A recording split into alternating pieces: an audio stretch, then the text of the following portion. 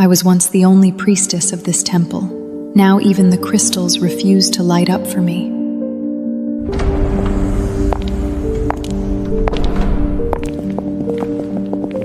Your Highness the Priestess, a century ago you drained your divine blood to nourish the young of our 6 clans.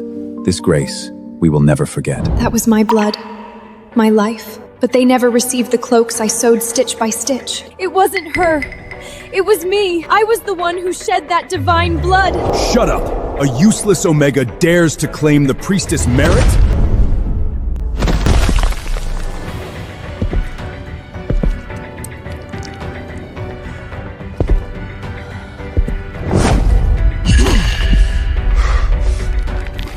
How shameless. If you dare speak nonsense again, next time we'll shatter your bones.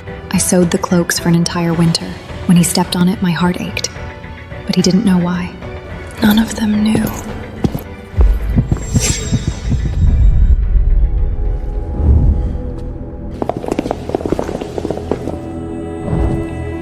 A century of my life's work was crushed into the mud beneath their feet.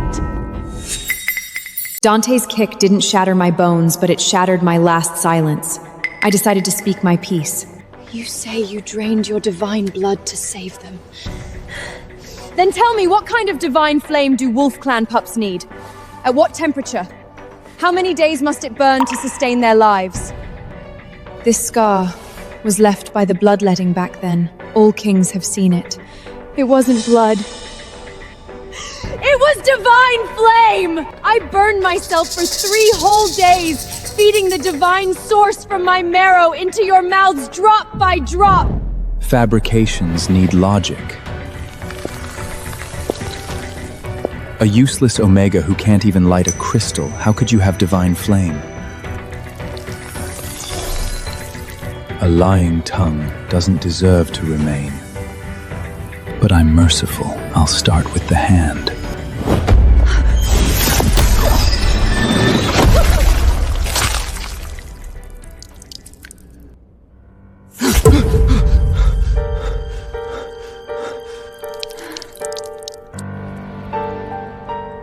It hurts, Gideon.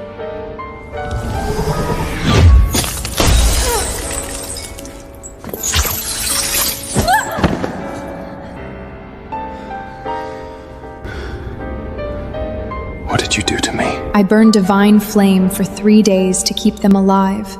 Their reward to me was ice needles through my wrists and fangs piercing my neck. Yet I couldn't hate him, because when he was in pain, the way he furrowed his brow was exactly as it was a century ago. Next time you dare come near, I'll freeze your blood into an ice coffin. Watching him hide his wrist and flee, I finally realized that he was in just as much pain as I was. When Gideon's ice needle pierced my wrist, I didn't cry. But every time I touch this jade pendant, my tears keep falling.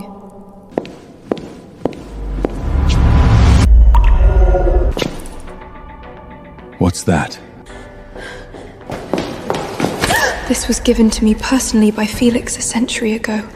I remember, but he forgot. My clan badge. Where did you steal it from? I didn't steal it. You gave it to me. Don't you remember? Ridiculous. How could something of mine be given to a useless Omega?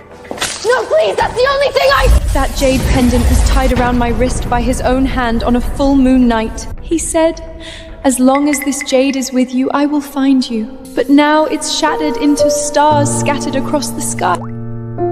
He'll never find me again. Won't you even leave me the only...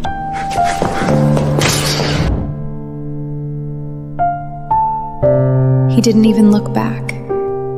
And I finally understood that this entire century was a joke. That Omega's resentment is corroding my soul. I'm so cold. Since she made the priestess cold, throw her into the ice water prison. Let her taste for herself what cold really means. The ice water prison, minus 40 degrees, once the place where heretics were held. Now it holds me, their savior from a century ago. I don't want to explain anymore. The cloak trampled, my wrists pierced. The jade pendant crushed. Every truth I spoke only earned me deeper wounds. This song, I sang it to them a century ago. Back then they were still young, curled in my arms, afraid of the dark, afraid of thunder, afraid of nightmares.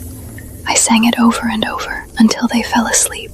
Nor did I expect them to feel pain if they do. I just wanted to sing it one last time before I die. I swear on the Wolf King's blood, in this life, I will protect only the priestess. The Dragon Clan's 1,000,000 iron cavalry shall all be shields for the priestess. They were in the warm hall, swearing loyalty to a fake. And I was in the -40-degree ice water prison, about to freeze into a corpse. They heard it. I know they definitely heard it. Because this song is etched into their souls. My kings?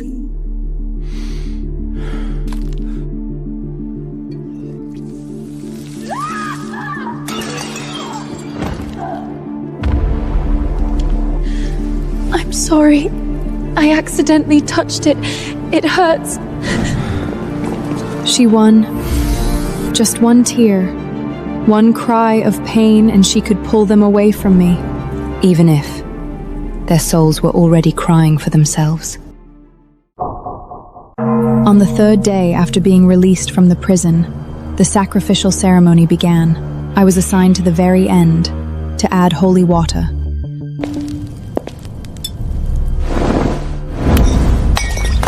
The holy water! The 1,000-year divine patterns on the altar! She did it on purpose! The divine patterns are corrupted. The ceremony is ruined! The 1,000-year divine patterns were destroyed by your hand. It wasn't me. She was the one who touched it. Enough. Deploy the Thunderbolt Whip. The Thunderbolt Whip. It's a sacred artifact etched with ancient lightning patterns. One strike can shatter a mountains, used to punish heretics. In that moment, I completely gave up. Not giving up on them, but giving up on myself. I finally stopped hoping they would remember me. I'm not explaining anymore. You'd rather believe a mark than the intuition of your own souls. If you want to strike, then do it. At that moment, I wondered if the whip hits me, would it hurt more than the ice water prison? Later, I knew the answer. That strike didn't shatter my bones. It shattered something deeper, the last seal within my body.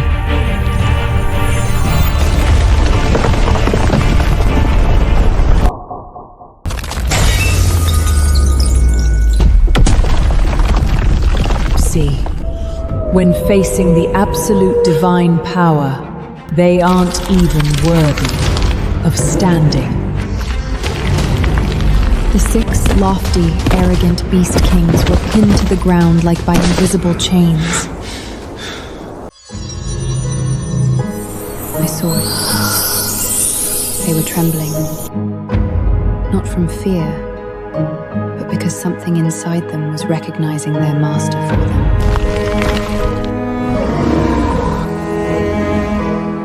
They finally recognized me, but it was too late. Their thrones, being their goddess, I couldn't be bothered with any of it.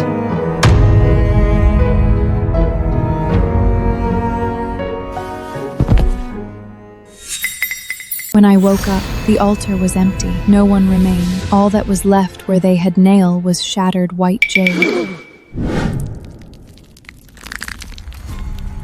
What was that? Why did my beast soul submit to a useless Omega? It can't be divine blood. She can't even light a crystal. That wasn't divine power. It's a forbidden art she stole. Just an evil technique to bewitch beast souls. Forbidden art. That explains it. Increase surveillance on her. She is not allowed to touch any spiritual artifacts. Later I learned that they used bewitched by forbidden arts to explain everything that happened that day. Rather than admit they knelt to a useless Omega, they preferred to believe I was a demon.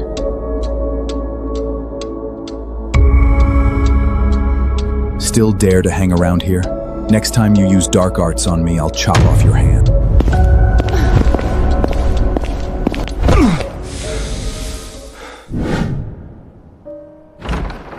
Diana kindly gave you medicine. Don't think it's pity. Once you're healed, you can still work tomorrow.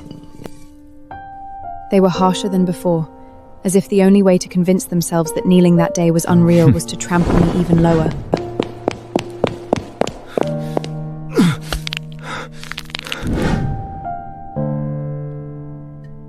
He said it was from Diana. But Diana never uses coarse pottery bottles. All her things are made of glazed glass. The wounds wouldn't heal. Every late night, this strange light seeped from the wounds. I didn't know what it was, but like a lighthouse, it attracted exactly what it shouldn't have.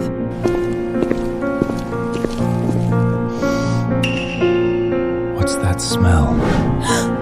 Your wound is glowing. You're tempting me. I'm not. Was bewitching us once not enough? You want to use pheromones again? You deserve punishment. His expression changed, from punisher to a controlled prey. At that moment, my whole body was cold and I couldn't even stand. I thought that was the worst of it, until Dante appeared at that corner. Let her go!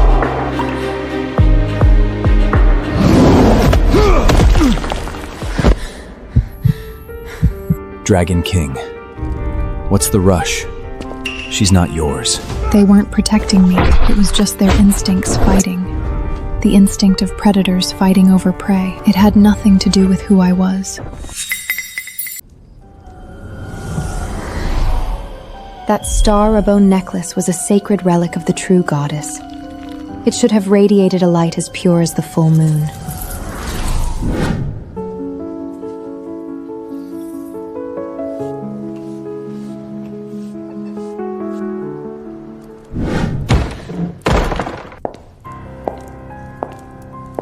They're looking at her, more and more frequently.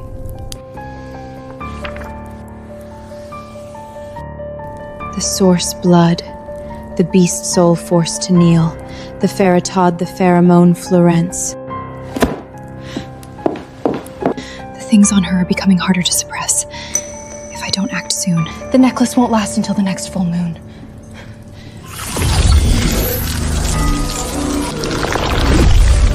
The star abyss. As long as I push her down, this necklace can bind to me again. Her soul will completely dissipate, and I will be the one and only priestess. Go invite the 6 kings to my hall tomorrow. Tell them I have important matters to discuss. When Diana opened that ancient book, I was curled in a corner of the side hall, applying the ointment Gideon had given me to my wounds. At the time, I didn't know that my death had already been scheduled. I still thought the worst days were behind me.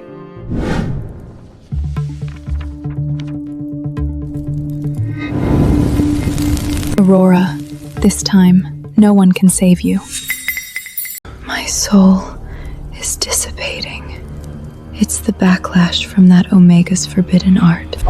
The ancient text says, only by casting the practitioner into the star abyss, offering their source as a sacrifice, can the dissipation be reversed.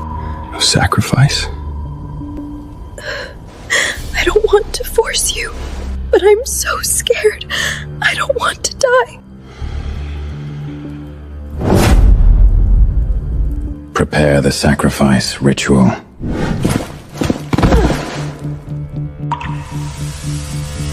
When I was dragged out of the side hall, it was still dark. Then they locked me in the dungeon beside the star abyss. No one told me what was happening, but the abyss markings carved on the dungeon walls told me everything. The night before the sacrifice, I thought no one would come. Why aren't you begging for mercy? Beg whom? Can't you at least cry? Can't you be afraid like a normal person? On a full moon night a century ago, he was the one who kissed me first, but he doesn't remember any of it.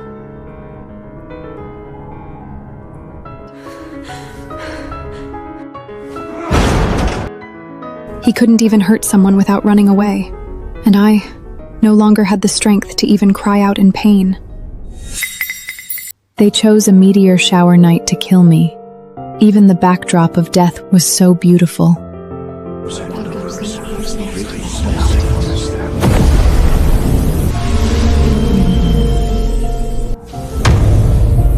They didn't dare look at me.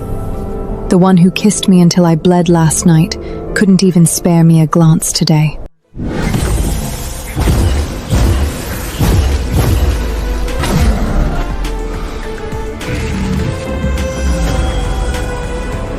Activate the formation.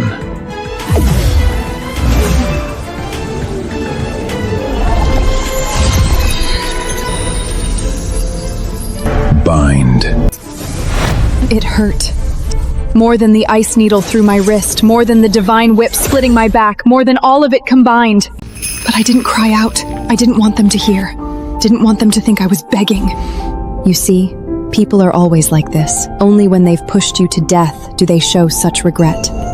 But it was too late. I didn't want to play this act with them anymore.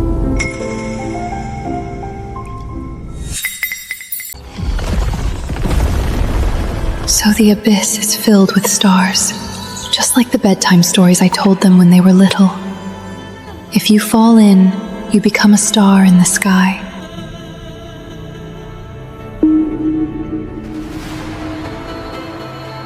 As you wish.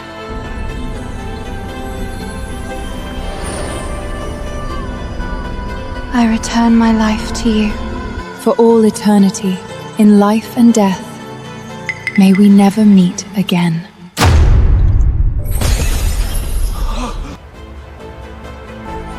Later, many people asked me if I was afraid when I fell. Honestly, it was quite easy. When I fell into the abyss, the last thing I saw wasn't the stars. It was Valerius's outstretched hand. Too slow. Everything was too slow. I thought I would die, but the stars in the abyss caught me. No. I caught myself. The divine body that had slept for a century woke up at the most desperate moment.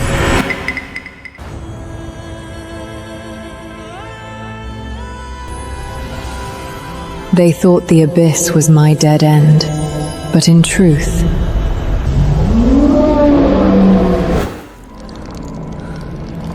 that was the beginning of me taking back my blessings, making them return the lives they owed me, little by little. I thought that was the best redemption I could give them.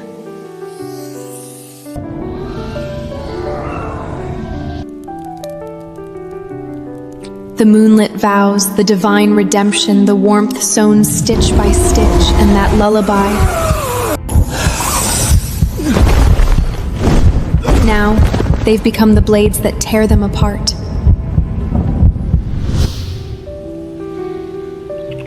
I'm waiting for you to come get me home.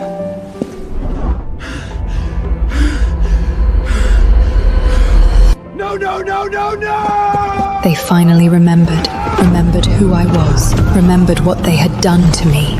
too bad. By the time they remembered, I had already fallen into the abyss they had opened with their own hands. They came back, covered in blood and burdened with the truth. I wasn't there, but later the priests told me the temple that night was colder than the abyss. Let me explain. I was forced to. So even a high and mighty fake priestess shatters so easily. Along with her vanity and greed, it's all gone.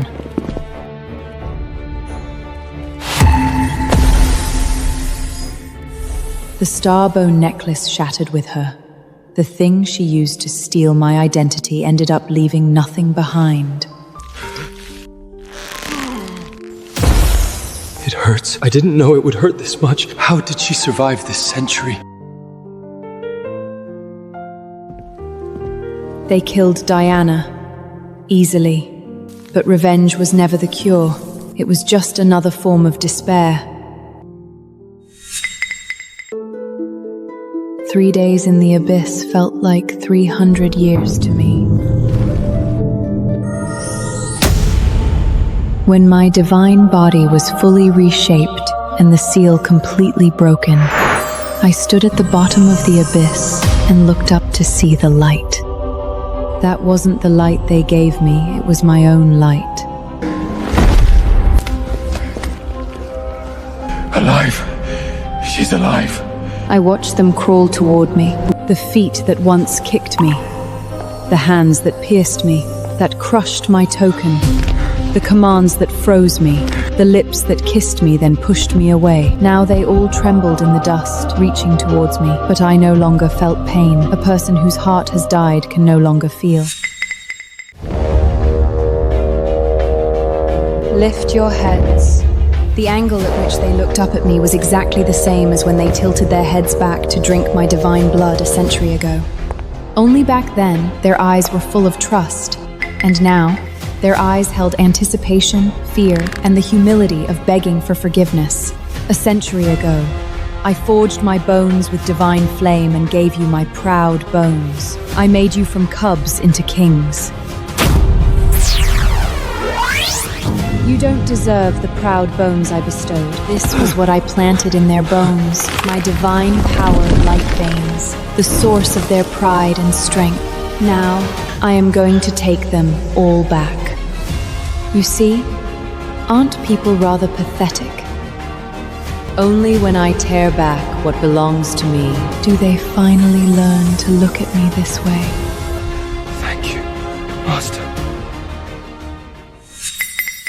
The proud bones aren't enough. It's time to return. The beast cores I personally condensed for you to me as well. The beast core is their root, the source of a beast king's soul and power. A century ago, I forged them with 1/3 of my own divine source. Without it, they would no longer be kings, no longer gods, just ordinary people. Reaching out is useless when you can't grasp what you want, just like when I tried to catch the shattered jade pendant in the stardust.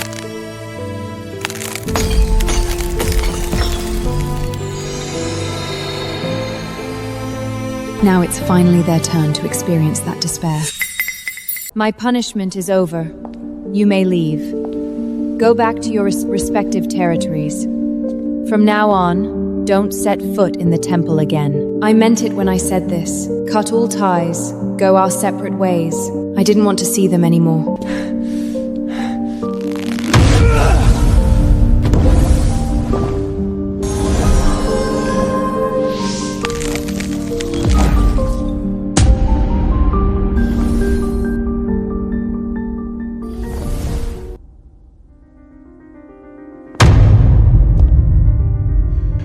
Please, Master, take us in.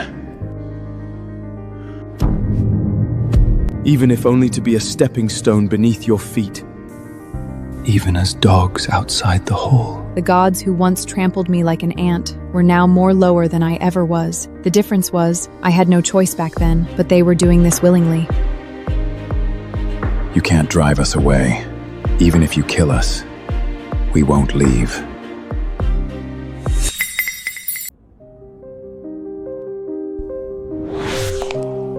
Since you refuse to leave, then put these on. From today on, no more beast kings, no more highness, only the servants of this temple. The silver anti-magic collar. In the divine realm, it means only one thing: slave. It can never be removed unless the master undoes it. I thought this would make them hesitate, but they didn't. Not one. 6 clicks. 6 silver collars locked around 6 once supreme necks, just like that. Servant Valerius awaiting Master's command. Servant Dante awaiting Master's command. Awaiting Master's command. They knelt so quickly that I didn't have time to take my words back. A century of waiting for them to bow to me. I thought I would feel satisfied, but I didn't.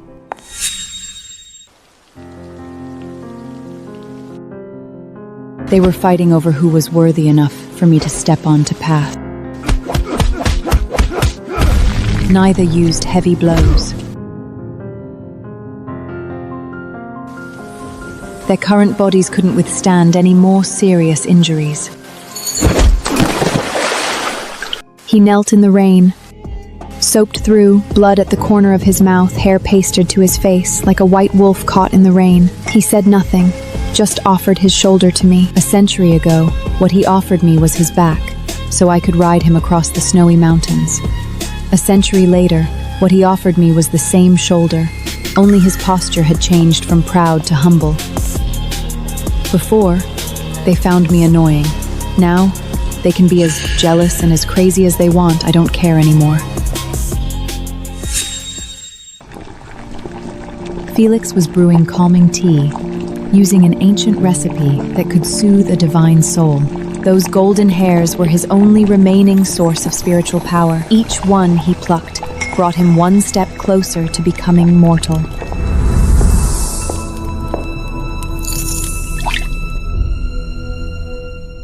Master, this is calming soup that can soothe a divine soul. I brewed it myself. The soup had been tampered with. I knew from the first sip. Ice herb is tasteless when it enters the mouth, but when it lingers, there's a faint coolness. Gideon's calculation was precise, not to harm me, just to make Felix look stoolish. Master, why are you frowning? Is it not to your taste? Lion King, you're too careless. The temperature needs to be just right. I brewed this. The temperature is perfect. Would you like to try? 6 people fighting for my attention. Their methods were even more elaborate than when they fought for the throne.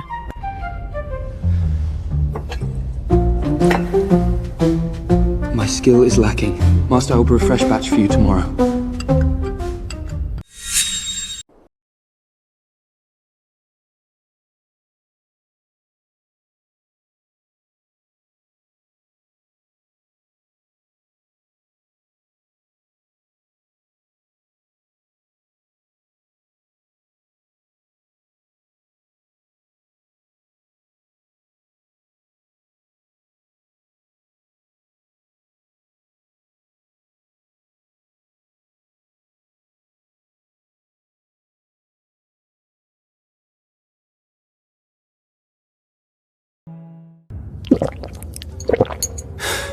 Master, punish me. Or use me. Use you? With that broken body of yours, can it withstand my divine power? As long as you want. Even if you shatter me to pieces, it's fine.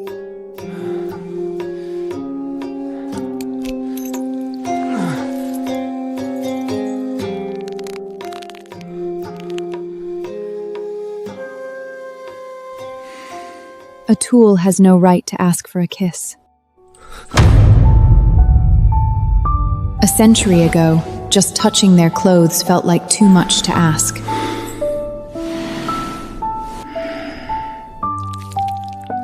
Now, I step on him, and he breathes it in like a terminally ill patient inhaling oxygen.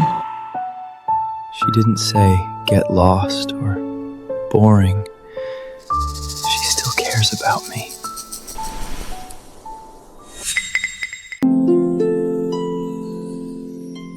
Well played. Come play another piece tomorrow. It was just a casual compliment, but their expressions looked as if I had said I was taking a new lover. They didn't make a move. They were even wearing servants' clothes and collars, but the oppressive aura they exuded still made one's defenses crumble. No need to come tomorrow.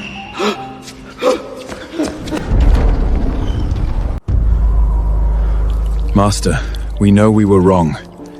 We shouldn't have driven away the musician without permission.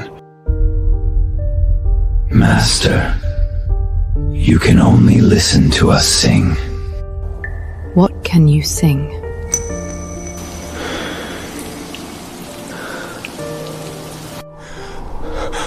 It was that lullaby, the one I sang in the ice water prison. 6 tone-deaf, useless men singing together, not one correct pitch among them. So bad, it was like a disaster. A snow lotus, that is rare. The Aurora snow lotus grows on the sheer cliffs of the north. There are blizzards there year-round, climbing it bare-handed. They didn't know I was just speaking casually, yet they ran off to the most dangerous snowy mountains of the north. 6 people, 6 routes, all climbing toward the same destination. This flower is mine.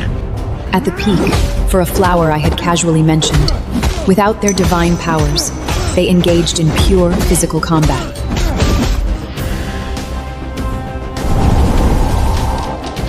They fought fiercely. Everyone had bruises on their faces, their fingers purple from the cold, yet not a single one was willing to back down.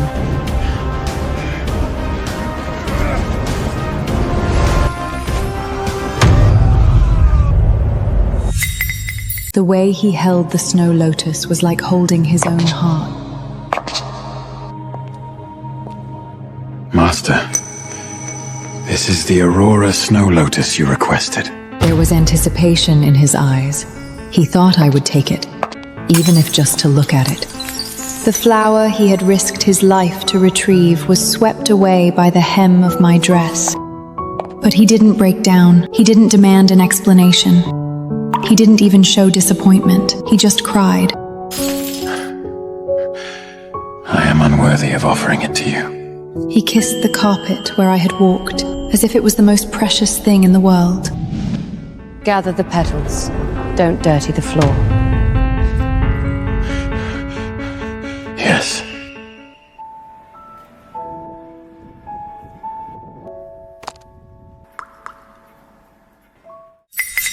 Only one person could stand guard outside the hall each night. They fought a silent battle under the moonlight every night for this. Combat without divine power. Every punch hurt for real.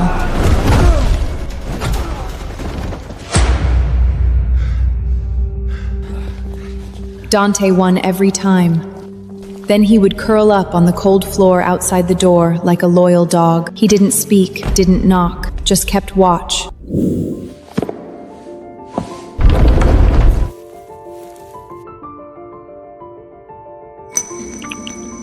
Let me warm your feet.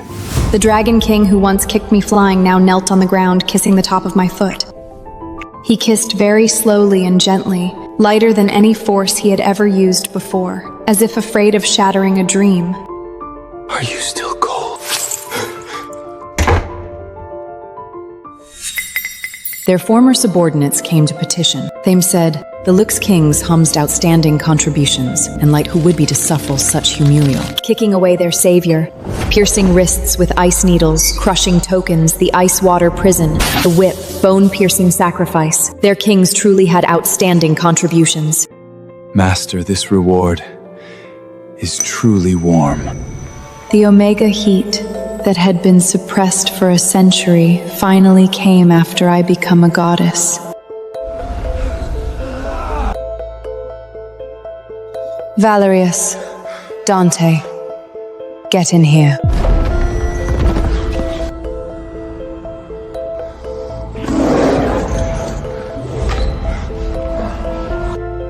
The rules. Cover them. Master doesn't want to see our faces.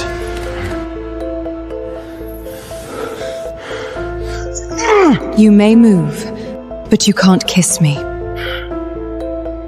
They exhausted every ounce of strength to please me, like 2 dogs working their hardest during my heat. Their bodies burned like fire, intertwining, possessing. But I knew that my heart was colder than snow outside. I didn't know what they had done that night, until the next morning when they knelt before me, their faces paler than usual. Have you made up your minds?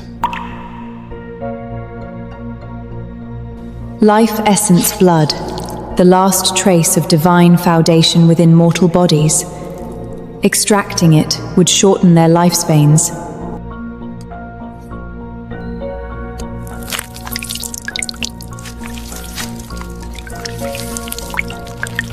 Every strand was concentrated life force. After losing their essence blood, they looked fragile, as if a gust of wind could shatter them.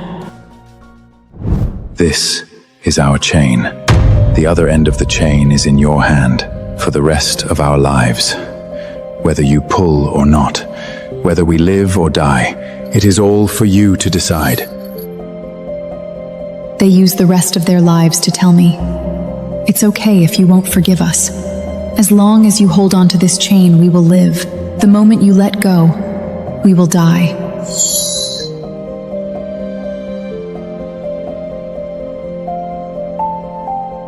I accept. 6 chains, 6 people, 6 lives, all in the palm of my hand. The positions in which the 6 knelt were carefully arranged, maintaining a delicate distance between each other, close enough to feel each other's breath, yet too far to touch. No one spoke, no one needed to, because I had put it on, and that was enough.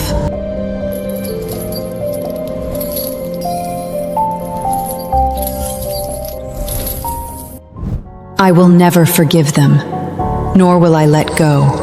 I will always sit here, holding these 6 chains, watching them fight for me, suffer for me, willingly lower themselves to dust for me.